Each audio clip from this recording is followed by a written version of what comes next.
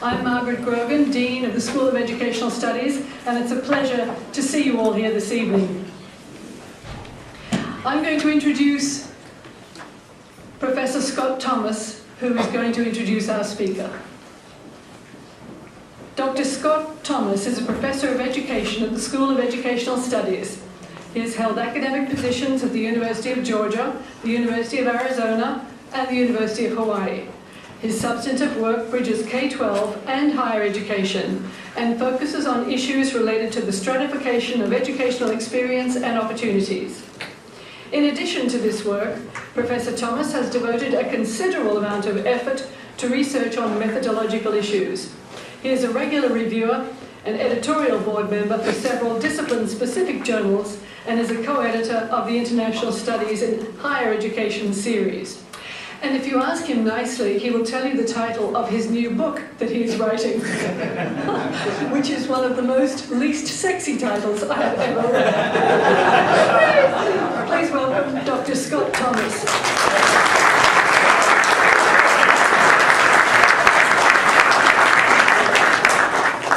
Well, thank you, Margaret. Flattered, I should say. So, good evening. My name is Scott Thomas. I'm a professor at CGU, in the School of Educational Studies, and I'm co-director of the Bowen Institute, the sponsor of tonight's lecture. 22 years ago, Howard R. Bowen, who was CGU's 7th president, published his now classic study of higher education entitled Investment in Learning. I forgot my prop. Investment in Learning. Investment in Learning. The subtitle is The Individual and Social Value of American Higher Education. In that work, Bowen delivered a penetrating analysis of the value of higher education. His key argument was that, quote, stick with me on this one, non-monetary benefits so far outweigh that of the monetary benefits that individual and social decisions about higher education should be made purely on the basis of the non-monetary contributions. In other words, the social value far exceeds that of the individual value, and we should think about financing higher education accordingly. That enduring principle has powerfully shaped the commitment of our 26th Bowen lecturer. He is a champion of the idea that higher education yields rich benefits to both the individual and society. His active commitment to the equality of opportunity is singular in its focus and effectiveness over the past 20 years. While I don't want to downplay the significance of his position as CEO and president of the Lumina Foundation For Education, I do want to take a moment to fix his position on an impressive arc of activity that defines our speaker's longstanding commitment to social justice and equality of educational opportunity.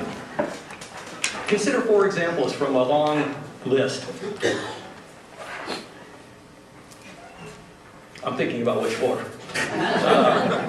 He has consistently demonstrated a commitment to access and equality in the United States. In the early 90s, he was the executive director of the National Committee on Responsibilities for Financing Post-Secondary Education. This was a bipartisan committee appointed by the President and Congress that focused on issues of access and affordability to higher education in the United States. At the time, he also had a hand in the development of AmeriCorps, which goes on to today. In 1993, as a second example, Jamie, our speaker, developed the Institute for Higher Education Policy. The Institute is now regarded as one of the world's premier research and policy centers concerned with higher education policy development. He led the Institute for 15 years up until his joining the Lumina Foundation 2 years ago. Under the auspices of the Institute, as a third example, our speaker developed something called the Alliance for Equity in Higher Education. And the Alliance is clearly regarded as one of the most important political developments in the history of minority-serving institutions. This is a coalition of more than 350 minority-serving institutions that is a model of collaboration, unity, and innovation among minority-serving institutions. A fourth area deals with global higher education. And shortly before leaving the Institute, Jamie founded the Global Center on Private Financing of Higher Education. And the mission of the Global Center was to advance the impact of educational opportunities on social and cultural development worldwide. He is a leading authority on university financing, particularly on student aid. His success in research are in part attributable to the simple fact that Jamie is smart and that he gets along with people very, very well. His approach is straightforward without too much posturing. He has an uncanny ability to see through problems right to the core of what matters. He places a high value on the importance of building support and communicating clearly, and this always rests on a foundation of hard and careful work. In the midst of all this, he plays the role of what I would call, being a father myself, a super dad to his 6-year-old son and 18-month-old daughter, while his equally impressive wife, Colleen, keeps him in line and keeps him from getting too serious about all the great work that he's doing. Would you please join me in welcoming tonight's 26th Bowen lecturer, Jamie Merisotis.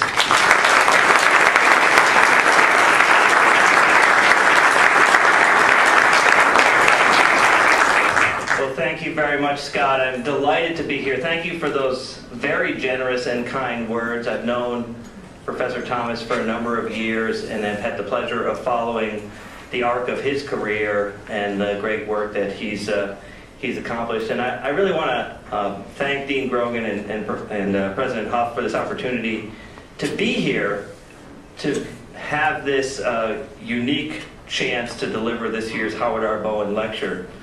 I did not have any opportunity to meet Howard Bowen. However, I'm a consumer of his work, not only that great volume, but of course The Cost of Higher Education and many of the other important works that were written over the course of his career. And in fact, I was giving a speech yesterday, I keep forgetting what day it is, in New York City to a group of 120 or so private college presidents.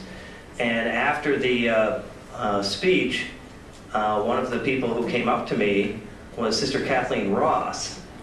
And she said, "I understand you're doing the Bowen Lecture tomorrow." And I was very happy to have known Sister Kathleen, who's just now retiring as president of Heritage University, a very impressive American Indian serving institution. It's actually not considered a tribal college for reasons I won't get into with my background in minority serving colleges and universities, but it is, I think, one of the premier institutions in the country serving Native Americans. So thank you so much for this opportunity to be here.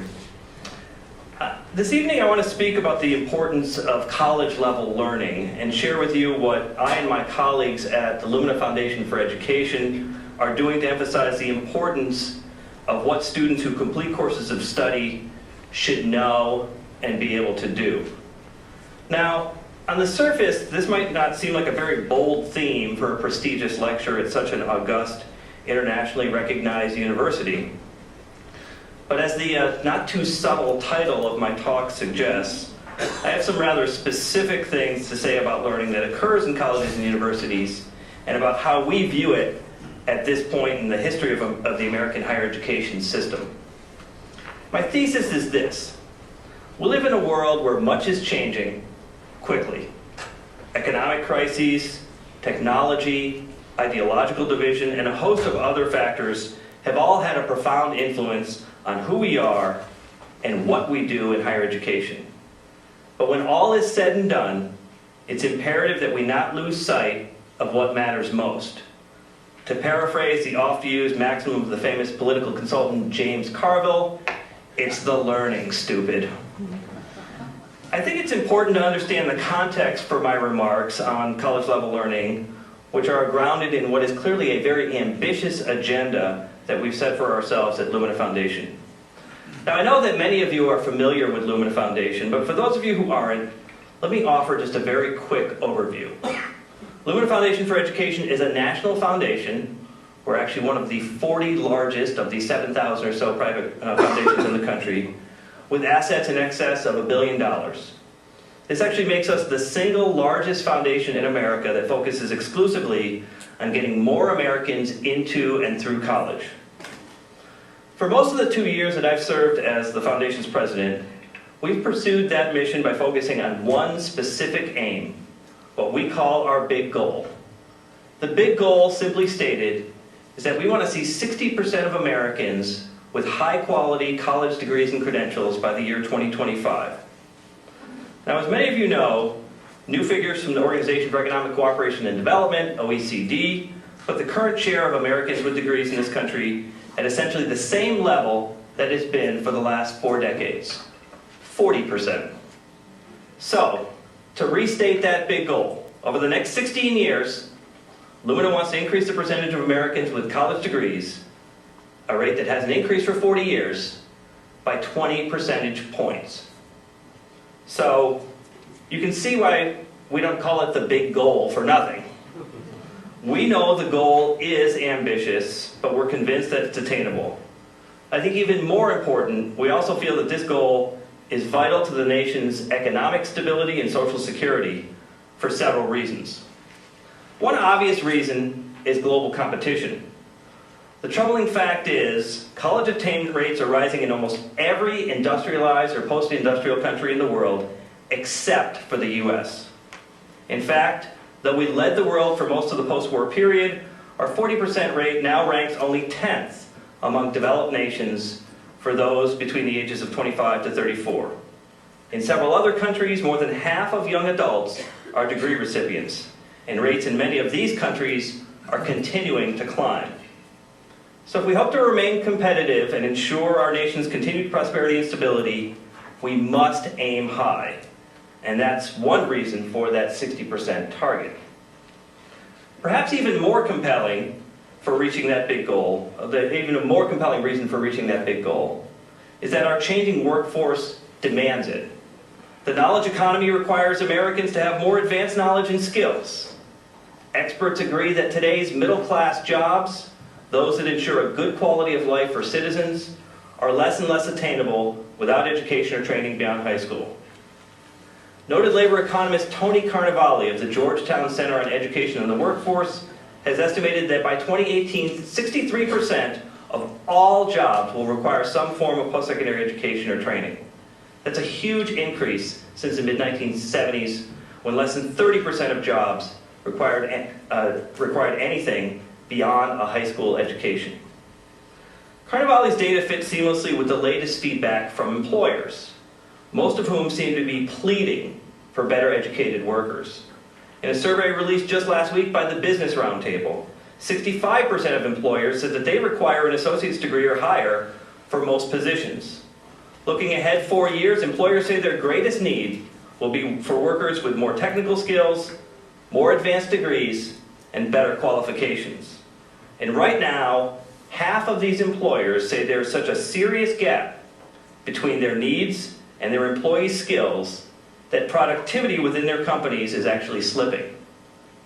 Without a doubt, the workplace is becoming much more demanding. If you need a concrete example of that, visit your local auto repair shop, or just pop open the hood of your car and take a look at that complex collection of computerized machinery that your engine has become. A generation ago, nearly 2/3 of America's car mechanics were high school dropouts. Today, more than 1/3 have attended college, and that trend towards higher level skills is sure to continue. So global economic and workforce trends are compelling us to work toward that big goal, but there are other reasons too. One is simply to extend to more individuals the financial benefits of earning a degree. Those benefits are obvious and undeniable. Since 1975, the average annual earnings of the nation's high school graduates fell in real terms, while earnings among high school graduates rose by 19%. And increasing degree completion will bring societal benefits as well. Higher rates of volunteerism, voting, and philanthropic giving, decreased rates of crime and poverty, a reduced need for public assistance, including, quite topically, healthcare. These are benefits we all share when attainment rates rise. Finally, our big goal is an important means for addressing social inequity. Right now, the benefits that I just listed are being distributed unfairly, and this inequity is a threat to all of us as Americans. Higher education attainment rates among certain populations in this country, including adults, first-generation college-going students, low-income students, and students of color, are significantly lower than those for other students. These achievement gaps have endured for decades, and they're now actually widening. This trend is especially alarming given demographic trends showing that by 2050, so-called minorities will actually constitute a majority of the US population. They already do so in four of the 50 states, here in California, in Texas, in New Mexico, and in Hawaii. So for all of these reasons, you can see why Lumina has embraced this big goal. And it's clear that others have embraced it too, including the President of our country, who's pledged to make the United States the best educated nation in the world by 2020. Policymakers in many states are looking for ways to boost student success rates as a way to improve their long-term economic outlook. Many of our peers, including the Gates Foundation, the Kresge Foundation, the Bill and Melinda Gates Foundation, I already said that, the Carnegie Corporation of New York, the Ford Foundation, to name just a few, are making significant investments in efforts to improve college completion. So clearly this issue is moving higher on the national agenda, but we at Lumina are convinced it must move up even further. In fact, for the issue of college completion is the agenda. Everything we do is geared toward achieving that goal. And because we're an organization that's relentlessly focused on outcomes, we didn't just stop after we established that goal. Rather, we developed a workable plan to reach it. And we've taken great pains to make that plan accessible, actionable, and widely available. Lumina's strategic plan is not a concept. Some of you have seen it. It's very real and tangible. It truly guides our decisions and our work. It's clearly delineated in a strategic planning document that we've printed and disseminated widely. There's no secret plan that we're actually following. This is it, and it's been widely available, including via our website. Our strategic plan identifies 3 critical outcomes, 3 significant results that must be produced for our big goal to be reached. Those 3 outcomes are, first, students must be prepared academically, financially, and socially for success in education beyond high school. These are co-equals in that equation. Second, higher education attainment rates must be improved significantly. I'll come back to that one. And third, higher education must become more productive so that it can increase its capacity and therefore serve more students. Of course, we know we can't reach any of these 3 major outcomes in one step. A number of intermediate steps will be necessary in each of these areas to get where we need to be. To give you a better understanding of how Lumina approaches this work, let me take just one of these 3 critical outcomes and unpack it to show you what we think needs to happen and what we plan to do at Lumina in that area. Keeping in mind that steady progress needs to be made on all of the outcomes if we're to reach that 60% goal, let's look closely today only at success. We believe that to significantly increase higher education attainment rates, 3 intermediate outcomes must occur first. The first is that higher education needs to use proven strategies to move students to completion. We do not need to reinvent or invent a whole bunch of new strategies. Second, quality data must be used to improve student performance and inform policy and decision-making at all levels. My colleagues who are graduate students heard my speech on that issue this afternoon. The third is that the outcomes of student learning must be defined, measured, and aligned with workforce needs. Now, to achieve these outcomes and thus improve the success rates, Lumina has decided to pursue several specific strategies. I'll cite just a few of these many different strategies. We're now advocating for the redesign, rebranding, and improvement of developmental education. We're exploring the development of alternative pathways to degrees and credentials. We're pushing for smoother systems of transferring credit so that students can move more easily between institutions. So again, these are just illustrations of the strategies we've identified as closely aligned with the outcomes of increasing student success. But I think you get the main idea here. We at Lumina see specific outcomes that must be achieved. We've identified specific steps to help us reach those outcomes, and we've shared those steps very publicly in a thorough and transparent plan of action. Ironically, there's one aspect of our strategic plan that's loomed especially large lately. I say ironically because the item I'm referring to is literally a footnote in the strategic plan document. Footnote 1, in fact. There, in tiny type at the bottom of page 1, it whispers to us. And nothing gets your attention like a whisper, right? It says in part, Lumina defines high-quality credentials as degrees and certificates that have well-defined and transparent learning outcomes which provide clear pathways to further education and employment. As we pursue our big goal, we're increasingly convinced that ensuring the quality of degrees is every bit as important as increasing the quantity. These are not concepts that are constantly in a war of competing tension or part of some sort of zero-sum game in which increases in one inevitably lead to decreases in the other. And as footnote 1 softly but incessantly reminds us, quality at its core must be a measure of what students actually learn and are able to do with the knowledge and skills they gain. Now, oddly enough, this concept of learning, a subject that seems critical to every discussion in higher education, is often overlooked in the modern era. We all talk endlessly about the processes of higher education, about ensuring access and fostering student success, about increasing college completion rates, about aligning standards. And yet we seem reluctant or perhaps unable to discuss higher education's true purpose, equipping students for success in life. We need to confront some important questions. What exactly are students learning? And what should they be learning? What knowledge and skills must they have so that they can thrive, both as workers in the 21st century global economy and as productive citizens in this democracy? Confronting these questions is not just an exercise. Like Lumina's strategic plan, it's practical, it's tactical, and it's very real. And it points to what we at Lumina see as a huge opportunity for higher education and for the nation. In fact, without a renewed focus on what students are actually learning, there's really no way to properly ensure the quality and value of a college degree or credential. Research has already shown that higher education institutions vary significantly in the value they add to students in terms of what those students actually learn. Various tools and instruments tell us that some institutions add more value than others, even when looking at students with similar backgrounds and abilities. Now, these tools are helpful, but more work is needed in this area. We need to find more and more consistent ways to measure a college's or a university's value-added capabilities.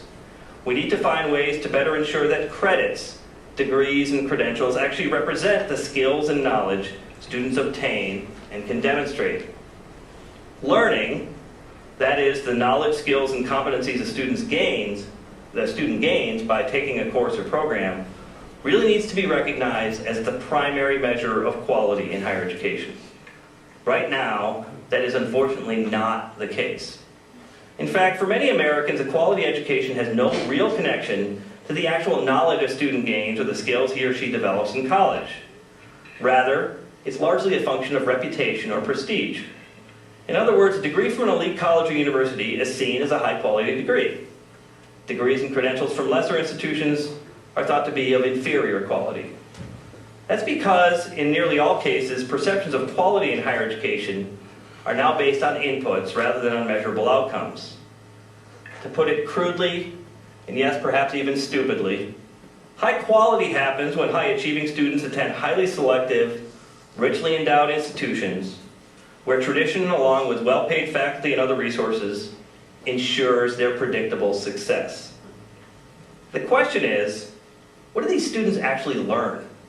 How much do they improve? What do they really gain?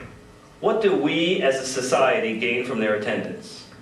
And do we as citizens and taxpayers gain more when a less selective public institution or a community college takes a B- student, or maybe even one not typically thought of as college material, and helps ensure the success of that student?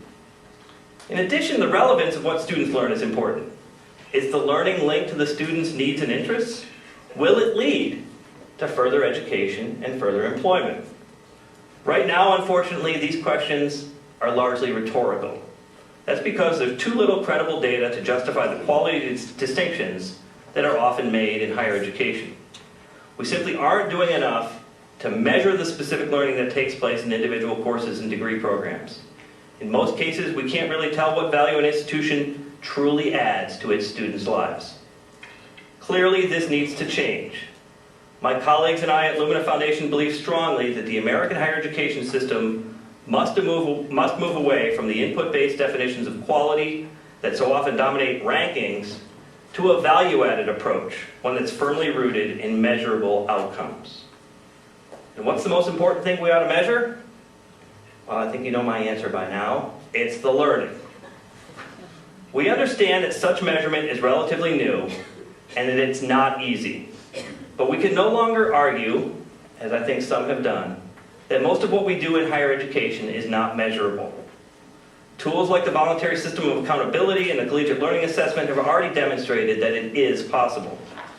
No tool is perfect, and no single tool should ever drive decision-making for such a complex endeavor as learning. However, we do need to learn from the tools that already exist and build on their success. Now here in California, home of the Early Assessment Program, EAP, evidence of the learning that can occur has already been unfolding for 5 years. As I think most of you are probably aware, this measures students' college readiness during the junior year in high school and then helps enhance that preparation the following year prior to college enrollment. In just 5 years, EAP has become a national model. Some might say the national model for how to align K-12 and higher education in terms of objectively measuring what students know and can do. The program is effective because high school teachers and college faculty members sat down together, talked about and decided what students actually need to know to be successful in college math and English. They then figured out how to make sure all high school students in California can see where they stand in terms of readiness. And they can see it in time for the unprepared students to actually do something about it. This is a terrific model, but it's just one tool. The lessons it's teaching us as the transition between high school and college need to be applied more broadly and more consistently, particularly in higher education. In fact, my Lumina colleagues and I believe those lessons need to be applied systematically throughout higher education. An intense and systematic focus on learning should be the hallmark of higher education, from the freshman year through graduate school. For us, learning doesn't just matter, it matters most of all. Again, that idea seems so fundamental, so basic, and yet learning, how to define it, how to measure it, how to nurture it in students and ensure its relevance and currency in the world, the topic that should be the central conversation about improving education, has somehow devolved to background noise. If I may, I'd like to bring it to the forefront this evening and discuss it in a little more detail. Learning outcomes in higher education can be grouped into two fundamental categories: generalizable, transferable skills such as abstract reasoning, critical thinking, problem solving, communication, and subject-specific skills and knowledge. Traditionally, we've thought of these as being acquired in different areas or levels of education. General education, or the undergraduate core, has been the place where students develop high-level thinking. Field-specific knowledge and skills are developed in the student's major or occupational field. This two-track concept may help us understand the importance of each type of learning, but it can hamper our understanding of how learning really happens. That's because, I think you all recognize, it represents a false dichotomy. In today's economy and society, both types of learning are necessary for everyone. Both are vital in the workforce and everyday life, and both must be developed together at all levels of higher education. As I indicated earlier, the quality distinction in Lumina's goal is critical. As I'm sure you'll agree, increasing the number of degree holders without ensuring the quality of those degrees would be a very hollow achievement for this nation, a major step backward even. Clearly, maintaining high quality in college credentials, even improving on that quality in coming years, is a must if we hope to remain globally competitive and to ensure that robust middle class. Much work remains to flesh out the definition of quality in Lumina's footnote 1, to hone it more precisely and specifically on what students in various fields of study must know and what skills they must possess to succeed in life and in their chosen fields. That's why a focus on what students are really learning must go hand in hand with the efforts to improve graduation rates. And this means that all institutions, 2- and 4-year, public and private, online and brick and mortar, for-profit and not-for-profit, all must focus on and measure what's being learned. They must clearly define what students should know and be able to do, help their students achieve those outcomes, and accurately track institutional and student performance. At Lumina, we're looking very closely at various tools, tactics, and systems that can help in that task. We see our work as supporting and advancing the work of others who've been toiling in this field for some time, like the Association of American Colleges and Universities and its work on liberal learning outcomes, led by the many good faculty that have taken learning and its assessment seriously in their courses, but whose work has not rolled up into coherent frameworks for whole programs and degrees. We see a great deal of promise in several of these efforts, including some that we're actively funding. We think they can lead to real progress in redefining quality in higher education. Let me mention just a few examples, many of which you know. I think the best known is the Collegiate Learning Assessment, or CLA. CLA helps institutions measure how well it contributes to a student's mastery of higher order thinking skills. It's not subject or major specific. Students who take the CLA are presented with realistic problems that require them to analyze complex materials. Their written responses are evaluated to assess their ability to think critically, to reason analytically, to solve problems, and to communicate clearly. Another good example is the Voluntary System of Accountability, or VSA. VSA, as its name indicates, is a voluntary initiative developed by four-year institutions to increase institutional transparency and to provide a tool to help students in their college searches. One of its major goals is to measure a specific set of educational results as a step towards improving educational practices. The Collegiate Assessment of Academic Proficiency, or CAP, is a standardized test from ACT that enables colleges and universities to assess what students learn in general education programs. Similarly, the Measure of Academic Proficiency and Progress, or MAP, developed conveniently by ETS, is another tool for assessing these types of learning. Both of these instruments can be cited as part of an institution's publicly reported VSA profile. Yet another example is the Voluntary Framework for Accountability, or VFA. This is a new effort similar to the VSA, except that it's being specifically developed for use at community colleges, an increasingly vital sector in higher education and one in which Lumina has invested substantially. Now, this just announced project includes not only Lumina, but also the Gates Foundation, the College Board, the American Association of Community Colleges, and the Association of Community College Trustees as partners. Finally, the Transparency by Design project, another Lumina-funded effort which is just getting underway, will attempt to gather reliable information about learning in online programs, another vital and growing sector, particularly for serving adult students. All of these studies and programs demonstrate that throughout American higher education, people are developing, using, and reporting on common metrics that attempt to show what students really learn. But we shouldn't limit ourselves to American higher education when pursuing this new emphasis on learning. After all, we live in and compete in a global society. Shouldn't we know how other countries are educating their systems, especially when some of them are outperforming us? Though it's probably unwise and perhaps even impossible to import systems directly from abroad, we should certainly take good ideas and adapt them to the American system. That's why we're also pursuing several important international projects that can inform our learning outcomes work. Let me share just two examples.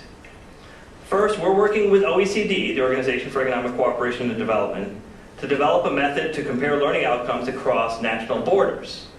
Called a HALO, for Assessment of Higher Education Learning Outcomes, this project seeks to measure what undergraduate students internationally know and can do. The goal is to improve upon these results and better link them to the needs of the global workforce. Second, we're taking a long, hard look at the Bologna process.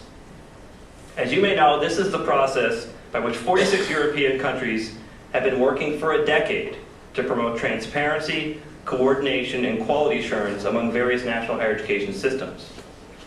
As the Bologna Group sought to establish a set of commonly understood and commonly accepted post-secondary credentials, the organizers came upon an idea called tuning, which we at Lumina think may apply reasonably well in this country.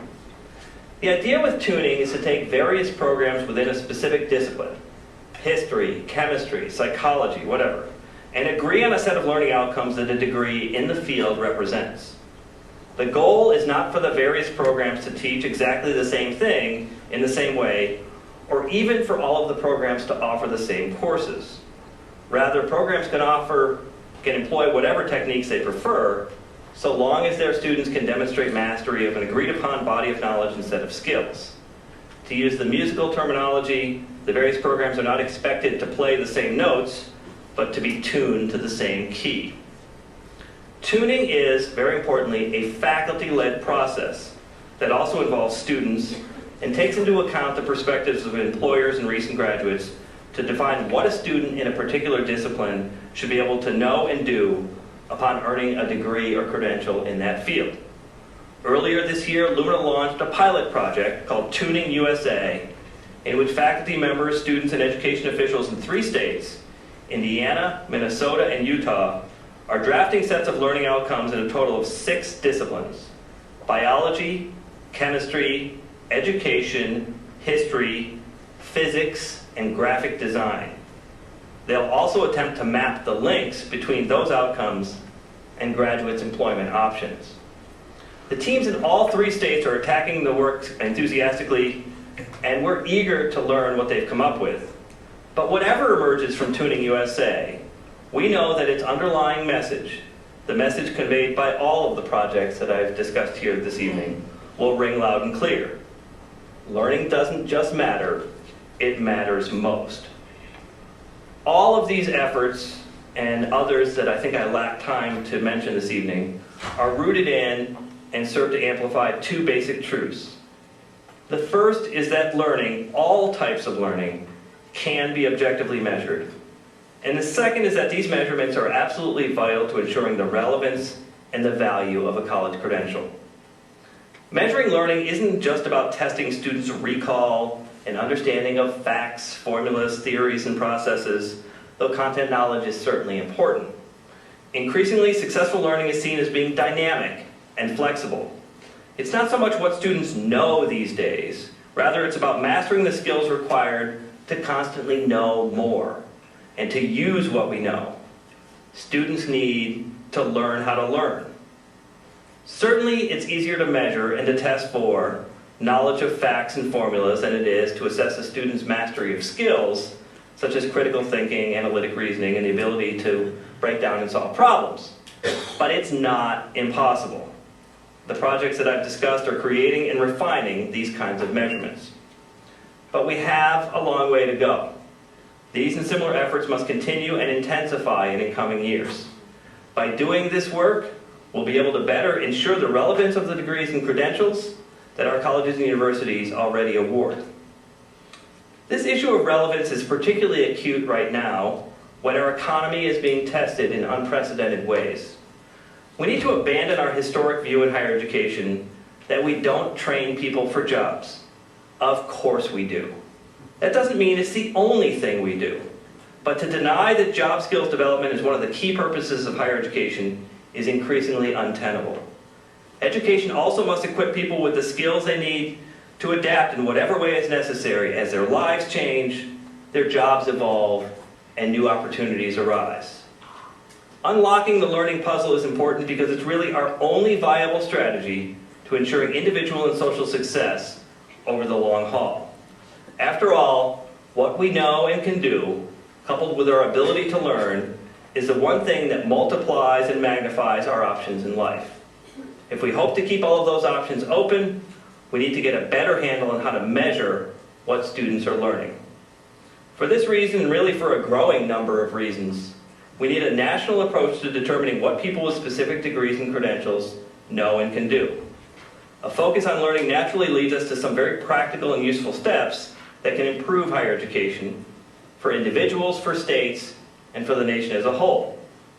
If we focus on learning as a priority, we'll improve the interaction between K-12 and higher education.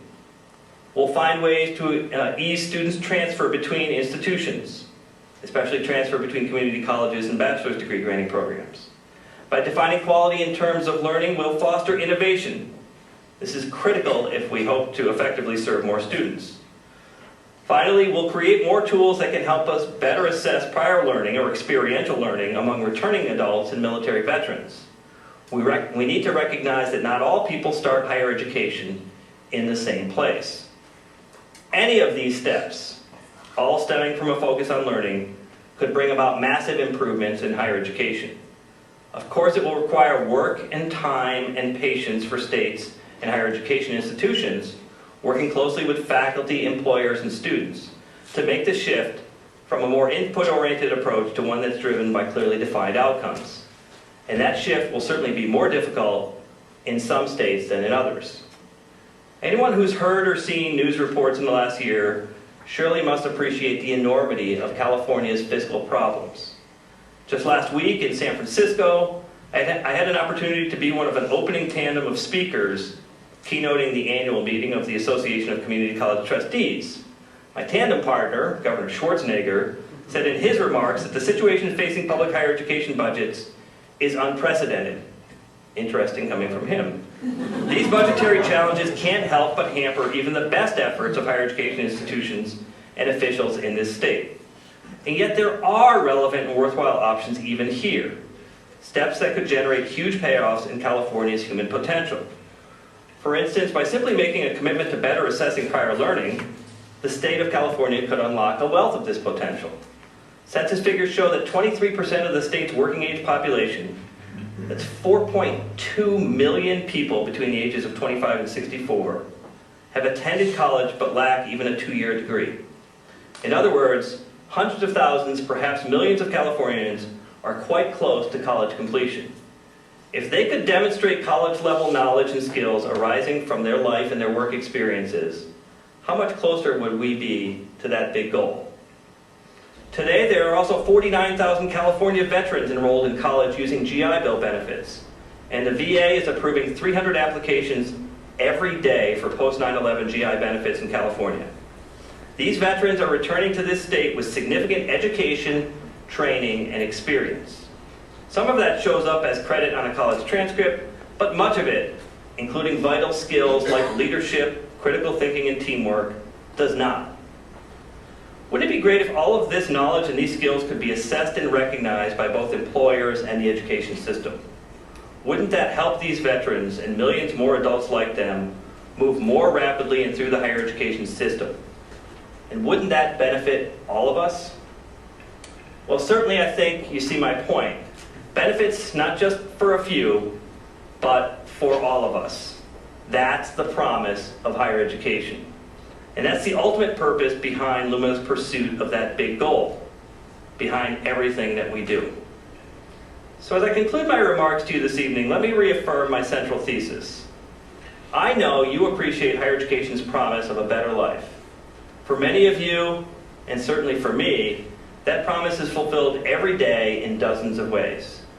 You know, as I know, that opportunities to learn are a precious gift that truly matters.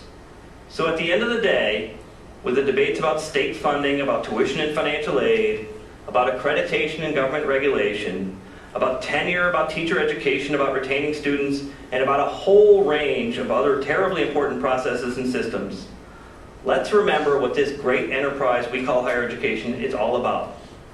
It's the learning. And that is what matters most. Thank you all very much for this opportunity.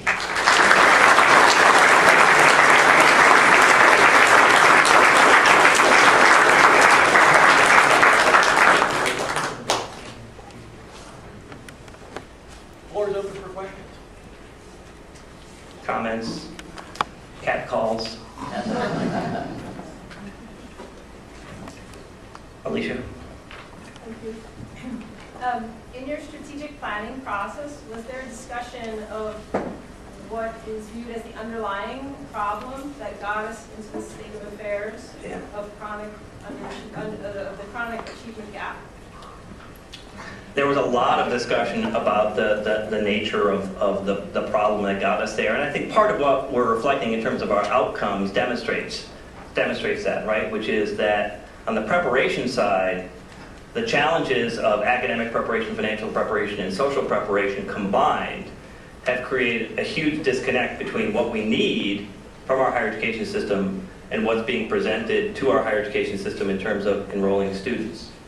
Another challenge that we've confronted is that we've fundamentally changed as a society. There's been a rapid change in terms of our demographic profile, in terms of the nature of who students are coming through the system, whether it's through the K-12 system or whether they're adults returning to get some level of post-secondary education.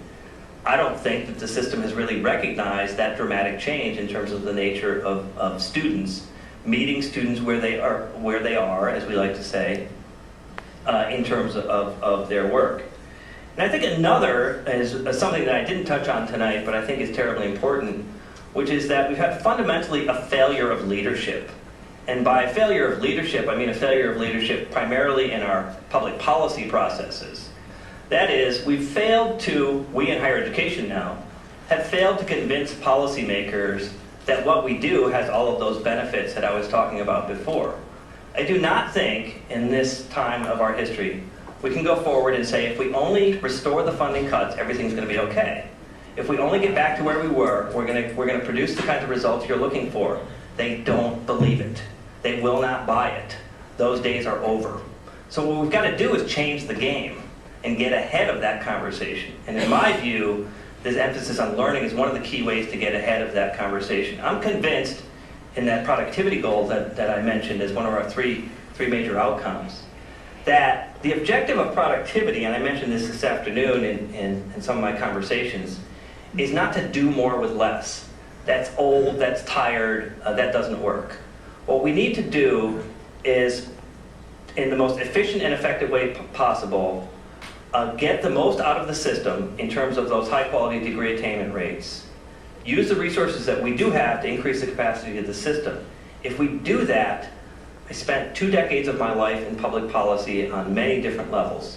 I am convinced that policymakers will invest more if we demonstrate those results. We have not been able to demonstrate those results, in my opinion, and that's a big problem. Now that gets to the problem of data systems, which I mentioned as well. We also have a problem in terms of not being able to prove some of what I think we already do, but I think that's a critical element of this.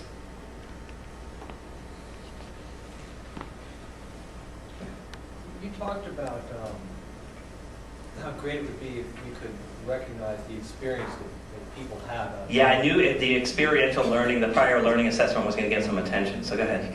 So here's the attention. Yes. So are you suggesting then that we somehow translate those experiences into college credits? And if so, how does that change what a college degree means? Yeah. I don't know if the answer is to translate them into college credits. That's certainly the conversation that's taking place right now.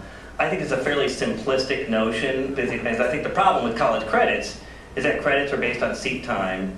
They're not really based on those learning outcomes that I was talking about. So I think we need a sort of more holistic view of how to reform the system. But ideally, if students can demonstrate what they know and can do with a credential, they should get some acknowledgement of that. I don't want to say credit, because that's a different conversation, but some acknowledgement of that. And I think this is one of the things that we've failed to acknowledge, is that students do have those life experiences. They do come to the table with skills and knowledge, and not all of that is simply knowledge transmission that comes from higher education institutions.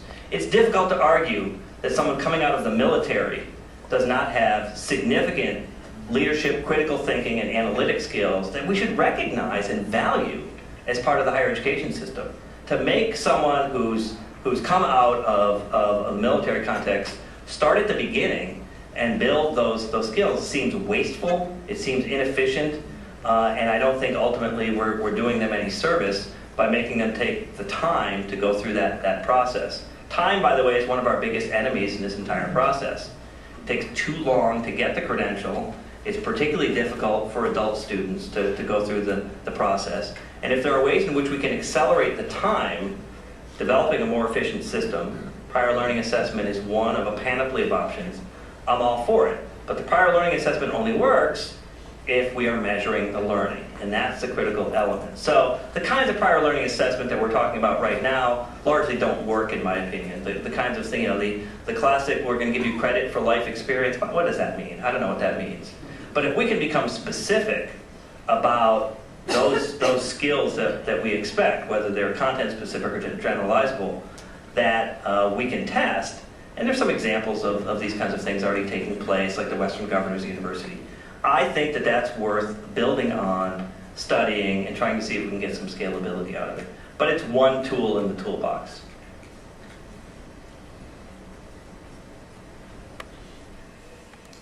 I really appreciate what you said, and I think it's provoked some new thinking on my part. But I do have one question. I just recently read a study that reported that 2 million Americans are illiterate, totally. Another 7 million cannot read 4th grade level. Another 20 million cannot fill out a job application. If you've got even that many, and the study indicated there are probably more, that adds up to 29 million Americans out of a population of 100 who have absolutely no capacity to read in any productive sense. Part of the problem, isn't it, in the dropouts from junior college and from other colleges, the fact that people have graduated from high school and can't read? You bet. You bet. I mean, that's a critical element of that preparation that I was talking about, which is that, you know, you mentioned literacy as an example. I mean, that's a critical problem. It is. In terms of getting to those completion rates. And it's growing every day. Yeah, and I mentioned in some conversations this afternoon, one of the biggest issues, in my opinion, one of the areas where we could see significant change is in developmental education. There's a reality. The reality is students come to higher education institutions with deficiencies. And we have to accept that reality. We can't spend, as we have for much of the last 2 decades, pointing fingers, right? Saying, whose fault was that? Somebody's got to fix that. And, you know, we've so stigmatized developmental education that students don't want to take it, faculty don't want to teach it, and policymakers don't want to pay for it. Policymakers think they've already paid for it in the K-12 system, so they don't want to pay for it again. My answer to that is, this is reality. First of all, the majority of students who are in developmental programs are actually adults, so their K-12 experience is not relevant to the developmental needs that they have because it's too long ago. But more importantly, we've crossed a critical threshold with students who are in developmental programs. They've expressed an interest. That is a big step forward that we should take advantage of. And what happens is we fail. We fail the vast majority of students in developmental programs. That is one of the sad, dirty little secrets of higher education that I think does not serve us well with policymakers. But because we've stigmatized the process. So what's the answer? The answer is to develop a different approach to it, to create a different reward system, both for the institutions and for the people who are teaching developmental courses in order to be able to advance the field, get those students into fully matriculated programs and get them to that credential. So that's a big part of the equation. But again, that's only one piece. You know, I can't help but mention one other thing about this issue of literacy that you mentioned. So my new home state, I spent 21 years in Washington, D.C. before I went to Indiana 2 years ago. My new home state of Indiana, we have 1 million residents in the state who are working in the manufacturing sector, for whom they have no short-term job prospects without additional education and training because of the changing nature of the job market, the economy, etc. 1 million citizens in a state the size of Indiana. What are we going to do for those 1 million people? We are currently in the United States graduating 2.3 million people with college degrees and credentials. We have 1 million in Indiana who need credentials. So we have a big challenge ahead of us to try to address those needs. But there's an urgency. If we don't address the needs of those populations, their short-term problems with unemployment and other things become long-term problems in terms of welfare dependency, in terms of devolving life, etc. So that becomes a huge, huge challenge for us. Steve. So I really agree with the emphasis on learning, and it's obviously very important for individuals, for their long-term prospects in life. But I'm going to probe on your faith in the state. Mm-hmm. I just looked at the VSA. Yeah. There are 320 participating institutions. And there are some, like the University of Texas, Permian Basin, Yeah. and El Paso, where they show CLA scores above expected. Why would we believe the state is going to say, aha, Permian Basin is doing a great job, let's give them more money? Yeah. I don't think, my experience suggests that that's not the way states work. I think it's a fair criticism of VSA. One of the reasons why we supported VSA from the beginning was that it was a potential game changer. When we started out, we said, okay, well this could just be an excuse for public higher education institutions to claim that they're actually doing accountability when they're really not. But when we got into the conversation, what we realized is that this has created a lot of peer pressure within the sector to focus on accountability and to get closer to those learning goals.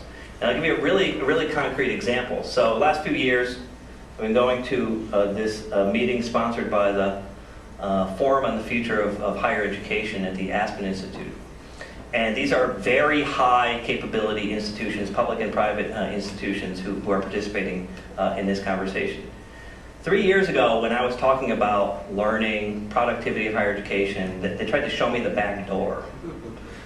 Now, because of VSA, because of the pressure that's being applied more broadly on productivity, these are really receptive and engaged conversations, and I'm convinced that the focus on learning is coming as a result of that kind of pressure. Is VSA the solution? Absolutely not. It is a means to an end.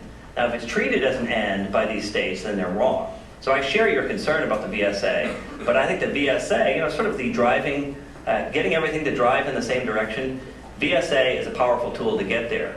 The danger, and I think you're suggesting this, is that it could become an excuse. They can say, well, we're doing VSA, we don't have any problem. And that's a danger we can protect against, and that's something that we can push back against with our bully pulpit.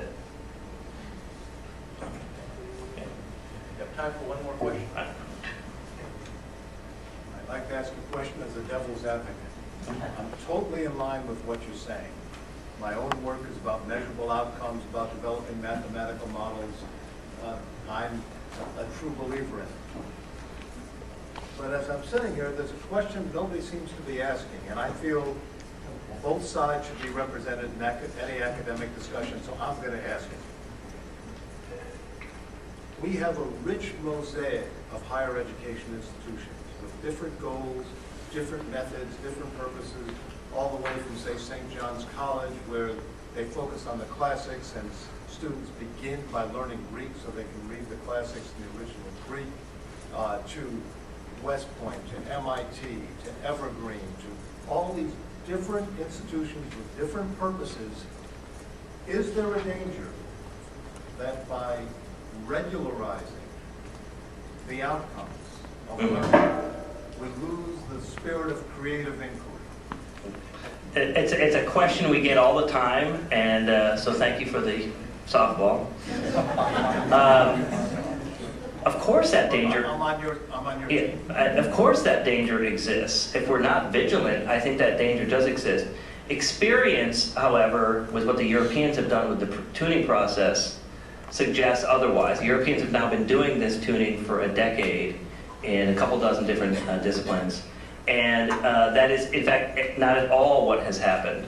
In fact, in some cases, in some of the disciplines, it's added to the diversity of the delivery system and the teaching methods as a result.